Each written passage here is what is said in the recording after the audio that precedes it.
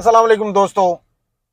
आज मैं जिस मौजू पर बात करने जा रहा हूँ वो है इन दिनों में मुझे जो कि न्यूज़ पे नज़र आया, भारतीय न्यूज़पेपर्स में और भारतीय इंडियन चैनल्स जो हैं उनके ऊपर भी जो मुझे नज़र आया उसके ऊपर मैं बात करना चाह रहा हूँ। And that is related to एक स्टोरी देखने को मिली मैडम एन के नाम से।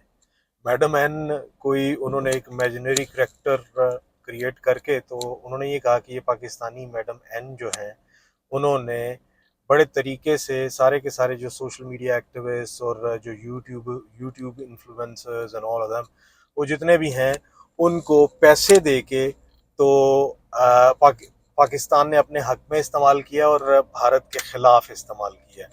हाउ? क्योंकि आपको ये देखने में नज़र आया कि सारे के सारे जो यूट्यूब चैनल्स थे इंडिया की तरफ से भी, क्योंकि आजकल की जो यूथ है वो यूट्यूब पे जो बैठे हुए हैं उन्होंने किसी और से किसी इदारे से पैसे थोड़ी लेने होते हैं, उन्होंने तो यूट्यूब से पैसा कमाना है। और यूट्यूब से जब पैसा कमाना है तो उन्होंने अपने कंटेंट को बिल्कुल दुरुस्त रखना है। और उस कंटेंट को दुरुस्त रखने के लिए उनको ऑब्वियसली करना ये पड़ता है कि हर एक चीज़ को एक मेरिट पे करना होता है। तो इसी तनाज़ुर में हमने देखा कि उस तरफ से जो हमें सवालात और जो सवालात उठाए गए इनिशियली यूट्यूबर्स की जानिब से, ये पिछले महीने जितनी भी वो जो वॉर हुई उसके हवाले से, तो अचानक से हमने देखा कि एक लंबी लिस्ट थी यूट्यूबर्स की, सोशल मीडिया इन्फ्लुएंसर्स की, जिनको के उठा लिया गया on the basis of sedition. ये कहा जाए क्या गया जी कि ये पाकिस्तान के लिए स्पाइंग कर रहे हैं। और मैडम एन जो है वो इनकी कोई शायद नायका शायका और ये क्या है ये कहने की कोशिश की गई उसमें। और उसमें हमें क्या नज़र आया कि ऑलरेडी से उनकी तरफ से महिलाएं, जो लड़कियां यूट्यूबर हैं उनको पकड़ा गया। और साथ में देखा जाए तो ध्रुव राठी जैसे लोग वो भी मजबूर हो गए अपने देशभक्ति दिखाने में। उसकी वजह यह है कि ध्रुव राठी को अगर देखा जाए तो वो he was always considered, I mean Pakistan में भी ऐसा कंसिडर किया जाता था उसको कि बड़ी मेरिट पे वीडियो करता है, बहुत मेरिट पे। आई थिंक वो जब तक मोदी के खिलाफ वीडियोस करता रहा, वो कांग्रेस के हक में जो वीडियोस करता रहा, he is a influencer, he knows how to earn money. एक तो उसने जब ये देखा कि मैं अगर मोदी जी के हक में वीडियोस करने वाले बहुत ज्यादा हैं और कांग्रेस के हक में वीडियोस करने वाले बहुत कम हैं, तो मैं कांग्रेस के हक में करना शुरू कर देता हूँ। और सोशल मीडिया की अपनी जो पावर है उसको मैं ऑफ कोर्स दिखाता हूँ कि मैं कितना इम्पोर्टेंट हूँ। उसने अपना एक क्रिएट करने के लिए, इन्फ्लुएंस क्रिएट करने के लिए उसने एक लाइन पकड़ी, और वो लाइन ये थी कि वो कांग्रेस के हक में वीडियोस करेगा और बीजेपी के खिलाफ करेगा। तो यहाँ पे भी हर एक को यही लगने लगा कि शायद वो बड़ा सेकुलर है, वो बड़ा इस एतबार से जमहूरी है। वो कोई जमहूरी नहीं है, कोई सेकुलर नहीं है। उसका बिजनेस पेट से शुरू होता है और पेट पे ख़त्म हो जाता है। एंड ध्रुव राठी ने जो चमत्कार इस तनाजुर में किया, पिछले महीने जो कुछ हुआ उसके तनाजुर में किया, उससे अब सबको इस चीज़ का एहसास हो जाना चाहिए कि वे डज ध्रुव राठी स्टैंड। ध्रुव राठी ने जो वीडियो की थी उसमें ऑफ कोर्स उसने जो एक चीज़ें इग्नोर की उसमें यह है कि उसने फैक्ट्स को इग्नोर किया। 22 अप्रैल को जो कुछ हुआ ऑफ कोर्स पाकिस्तान ने भी उसको कंडेम किया, मैंने भी कंडेम किया, अपने शो में कंडेम किया। एंड बिकॉज दैट कंडेमनेशन बनती थी एंड किया हमने, लेकिन this doesn't mean that Pakistan has conducted it. तो वो उसने फौरन से ही कह दिया कि पाकिस्तान जो है वो इस तरह के जो आउटफिट्स हैं उनको पालता है, उनको पोसता है, और फिर बाद में जाके तो वो ऑफ कोर्स ये मॉन्स्टर बनते हैं, which is utterly nonsense.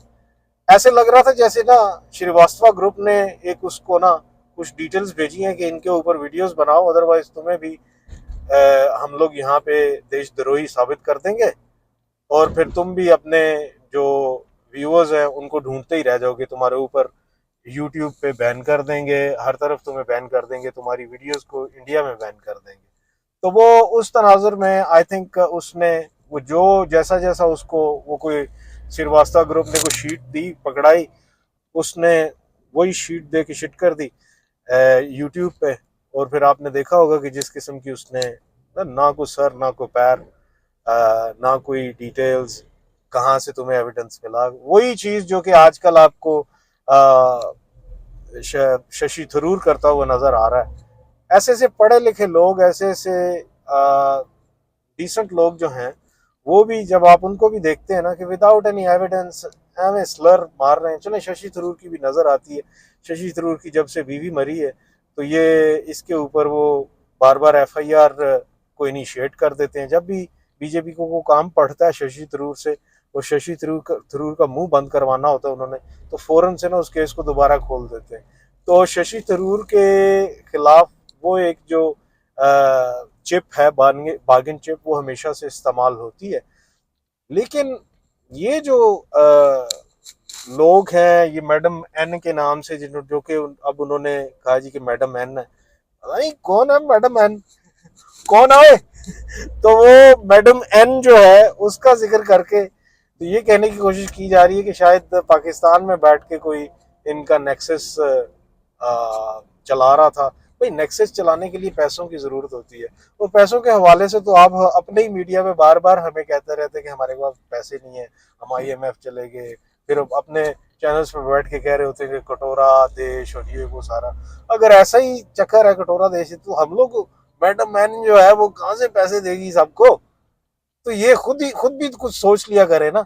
Indians जो ये वीडियो देख रहे हैं उनसे ये गुजारिश है कि जब इस तरह की न्यूज आपके यहाँ आए जिसमें कि वो कहें कि ऐसे को बंदे बैठे हुए हैं उधर, जो कि मैडम है ना बैठी हुई है, जो कि भारी पैसे दे रही है देशद्रोही करने की, वो उस तनाजुर में आप खुद भी समझदार हैं, समझदारी से काम लिया करें कि कितना की को मतलब कर सकता है इतने बड़े पैमाने पे कि पूरी वो जो आपके यहाँ सोशल मीडिया इन्फ्लुएंसर्स हैं उनकी डायरेक्शन चेंज कर देना। भाई हम लोग पाकिस्तान है, हम लोग कोई अमेरिका बहादुर नहीं है कि इतने ज्यादा पैसे होंगे हमारे पास, ये सीआईए नहीं है जो कि इतने ज्यादा पैसे लगा के तो सब कुछ तब्दील कर देगी और आपके यहाँ सब कुछ तब्दील ऐसे।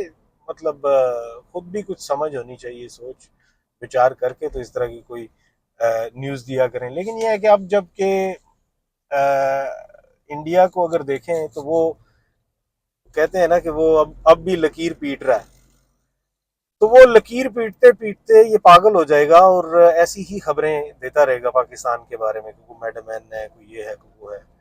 डोंट फॉरगेट ये वही कंट्री है जो कि हमारे कबूतर भी जब उस तरफ जाएं तो उनको भी पकड़ लेता है कि ये शायद पिजन्स के साथ, कबूतरों के साथ ना को पैगाम रसानी हो रही है, और इधर से कबूतर जो है वो किसी दिन ना छोटी सी चुटकी सी वो छटाक सी ना कोई एटम बम ले आएगा और मार देगा कहीं। एंड दूसरी बात यह है कि इससे पहले भी ऑफकोर्स बहुत सारे जो इल्ज़ामात हैं पाकिस्तान पे वो लगाते हैं इसी तनाजुर में, एंड मोस्टली वो इल्ज़ामात इसी तनाजुर में होते हैं कि शायद पाकिस्तान जो है उसने वहाँ पे किसी को ख़रीद लिया है, ये हो गया वो हो गया। ठीक है, वो सांबा स्कैंडल वाली स्टोरी है जिसमें कि पूरी की पूरी ब्रिगेड जो है इंडिया की, एक Indian illegally occupied Jammu and Kashmir में सांबा ब्रिगेड जो है वो सारी की सारी बिकी हुई थी। उसके जितने ऑफिसर्स थे, जेसीओस थे, वो बिके हुए थे और वो एक एक चीज़ के बारे में बताया करते थे। लेकिन I don't think at this or this would be the case.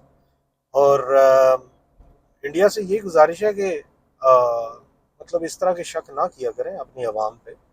आपकी आवाम एक वैल्यूड आवाम है, वो आवाम जो है वो आपको बेसिकली आपका बहुत ज़्यादा ख्याल रखती है, अपने देश का बहुत ज़्यादा ख्याल रखती है, और अच्छा लगता है उनको ऐसे देख के कि वो अपनी देश के लिए काम कर रहे हैं। और अगर ये कहा जाए कि शायद वो बड़े इजीली बाय किए जा सकते हैं उनको, तो दैट इज़ नॉट पॉसिबल।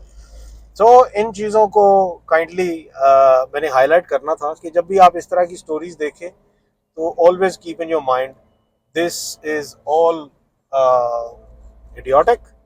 ये मैडम एन एंड कोई मीडिया पे उधर मीडिया के लोगों को खरीद रही है, और ये वो भाई अंबानीज एंड अडानीज ने सारा मीडिया खरीदा हुआ है, वो जो है वो सारे का सारा मीडिया चला रहे हैं।